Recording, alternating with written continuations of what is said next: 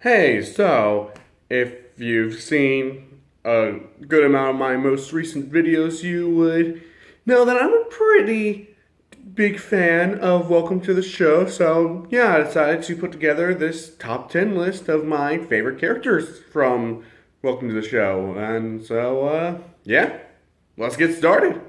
Number 10, Hana Wormwood.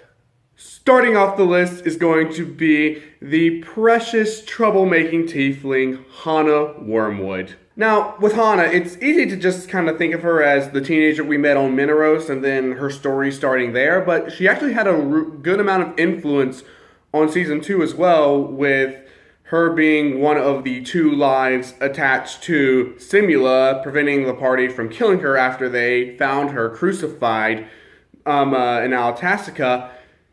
And then it was only once Hana was removed from the equation that Jaminia tried to kill herself just to stop Simula. And speaking of which, just the emotional impact that Simula's teleportation spell on Hana in the arena had on the party at the end of season 2. That being said, her presence in season 3 is the main reason why Hana makes this list, as just her wonder and confusion about everything that would just seem trivial and simple and basic understandings to the party and viewers, having grown up in immortal plane type surroundings, whereas she grew up in Bator. She's just like, what's this? Why do we do that?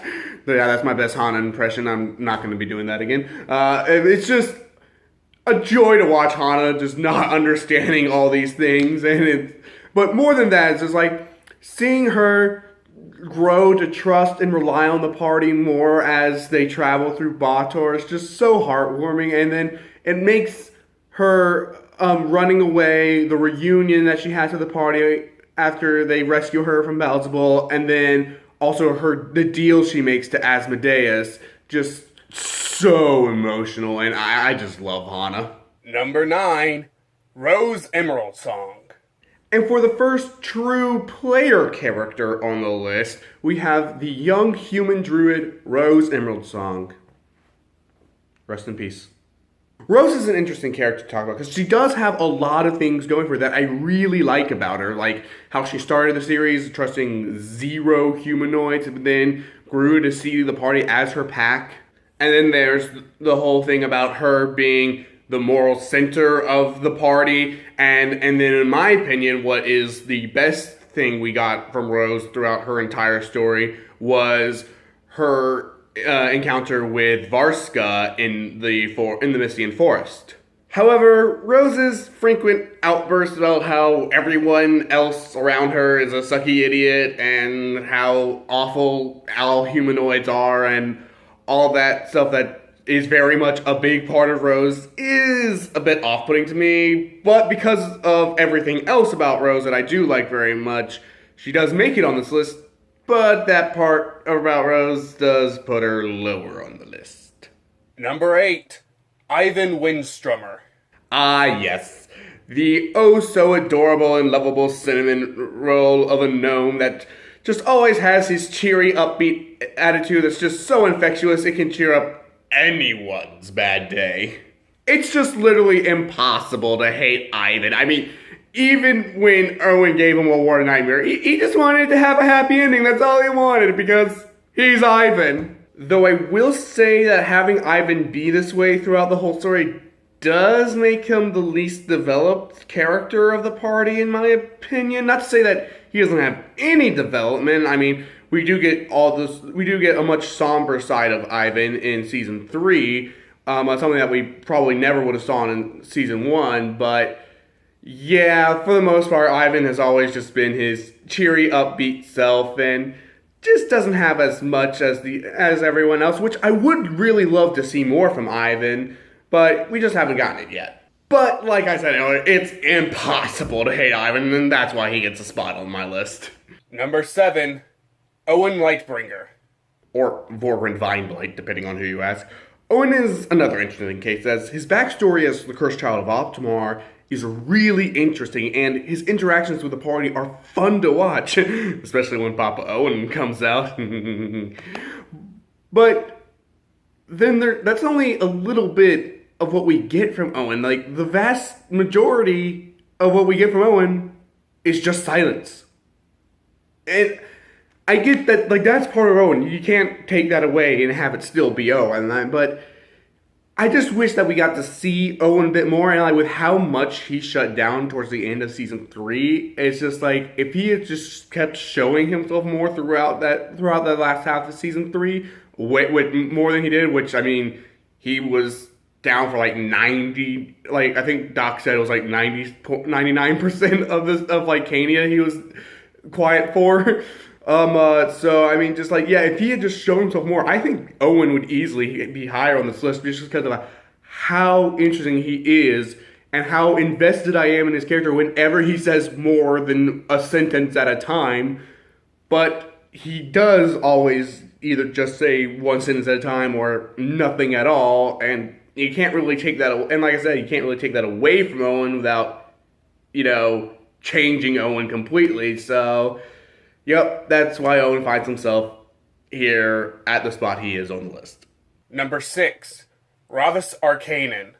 The character that was introduced as Erdusk's lackey and then got promoted to member of the party was a great addition to Season 3, and oh, am I gonna miss him in Season 4. Raava is a character where, as he grew to like the party more, I grew to like him more. I mean, just seeing the way his mind works, like all the different strategies comes like practical, yes. Physically speaking, morally speaking, especially in terms of the party and where they stand on things, it was just like, it's like, well, we could do this, and the party's just like, what? I just love those moments, and like I said, I'm really gonna miss them. And, if I may, the rivalry between Raava and Amber that turned into Raava becoming the Black Pearl of Amber's Horde was, in my opinion, one of the best storylines of all of Season 3. And then just having this random NPC that was introduced late in the second half of Season 2 become one of my favorite characters, it's just amazing to me, and I love it. Number 5, Queen Jaminia Malum. The Tiefling Queen of Direction and the leader of the party. Jaminia has never really gotten a chance to shine when it comes to solving puzzles or figuring out riddles, probably because the person who plays her made those puzzles and riddles. But when it comes to role-playing and combat, oh my gosh, she is just amazing and is easily a highlight and standout of any scene she partakes in.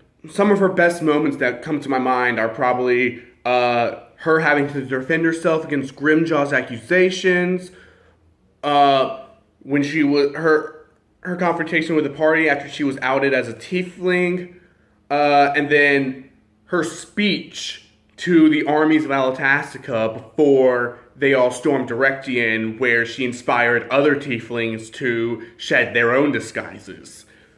I mean, and like that's really the main thing about Jaminia. She's inspiring. The way that she knows, like, especially in seasons 1 and 2, before we knew about Sanctified Wicked, she knew her fate, that she would be damned to the 9 hells after she died in the labyrinth, and yet she still pressed on to do the right thing, simply because it was the right thing.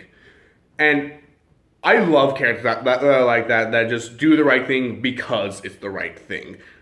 And then, like, even though she wasn't physically present in season 3, just that ideal of her, it was the constant driving force for the party to just have her back. And it's like, so even though she wasn't there physically, just her overall inspiration and the spirit of Jaminia was definitely felt throughout season 3, or at least in my opinion it was.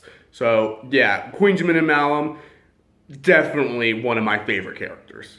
Number 4, Amber Hawthorne.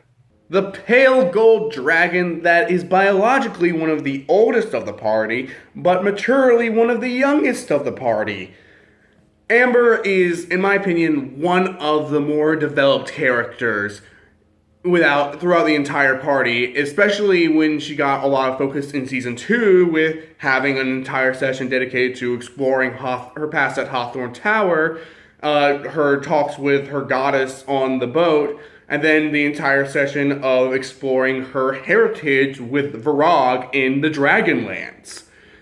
And Amber really has come a long way from just the klutzy, childish dragon that we met in the cells of Direction to the passionate protector of the party who would lay down her life and more to protect her horde.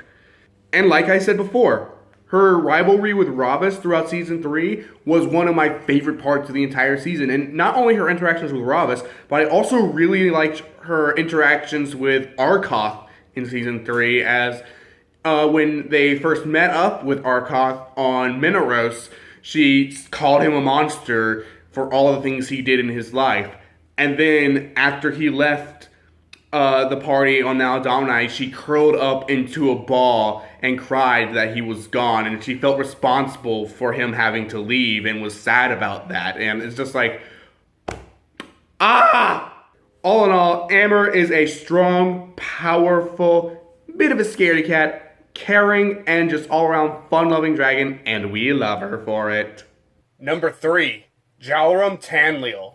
Jerome is easily the most memeable character in all of Welcome to the Show, and given my funniest moments and Welcome to the Show's Vines videos, I'm thankful for that. But trap checks and Sayer rivalries aside, Jerome too is one of the more developed characters of the party, as we've seen him grow from a thief that gives simple suggestions to others and makes jokes to the second in command of the party that is the go-to idea guy and makes jokes. And not just that, but also the personal struggles that Jerome has had to go throughout Welcome to the Show, such as when he read the note that had his father's final words in it, and more notably, when his mother told him to assassinate one of his teammates. Overall, Jerome is a very well-rounded character, a hilarious character, thank you very much, and just all around one of my all-time favorites, easily, of Welcome to the Show. Number 2, Fae Thurmond. So, for the past 2 characters, I said they were 2 of the more developed characters within the party. But when it comes to Fae Thurmond, she is without a doubt, no questions asked, the single most developed character within the entirety of Welcome to the Show. Seeing the closed-off bookworm that wanted nothing to do with anyone and just kept to herself grow into this very caring member of the party that overcame her manipulative father and stuffed her way in the library for 2 months just to find a way to get her friend back. And not to mention the amazing lore video that recently came out that beautifully told her backstory and has really made me see scenes like her interactions with Eimer in the temple and the caves, and then her reunion with Yurlissa, and then also Eimer's funeral. Just made me see those in a much new and better light, and oh my gosh, is Fae just so interesting to watch and see grow, and I just love Fae. Fae is just an amazing character. We love Fae. Number 1, Arkoff Wormwood. Yes, my all-time favorite character from Welcome to the Show is none other than Captain Arkoff Wormwood. What can I say? I'm a sucker for a good redemption story. I already really liked Arkoff as a villain in seasons 1 and 2, but when he was introduced in season 3 as Hana's caretaker that was on a quest to prove himself to the gods by committing an act of ultimate good, my interest in his character hit an all-time high, and his showings after that moment did not disappoint. I absolutely loved every second of Arkoff that we got in season 3. Through his interactions with the party especially were just incredible, to his butting heads with Fae about how to take care of Hana, especially with is it the 15th of the month already? Dang it, I said I wouldn't do the Hana impression again. But then, his odd, his really odd but also really awesome friendship with Jalarum that they developed. That scene of him giving Ravas a lesson in how to lead on Malbolge. And then I already talked about his interactions with Amber and how she grew to respect him more, and then how he got on Rose's good side early into his venture with the party. And I mean, okay, it's not really that hard to get on Ivan's good side. I mean, like I said, it's Ivan. But then, easily the biggest highlight, his interactions with Hana, especially their fight before Hana ran off, and then their reunion and goodbye. And Arkoff's redemption is easily my favorite moment, not just in season 3, but in all of Welcome to the Show. Just, oh my gosh, do I just love it so much. And throughout season 3, yes, Arkoff just rose from a villain I really liked to my all-time favorite character. And yeah, there's my list. I'm sure if you have one, it's not the same as mine. So there's places to put it down there. I wanna know what you think.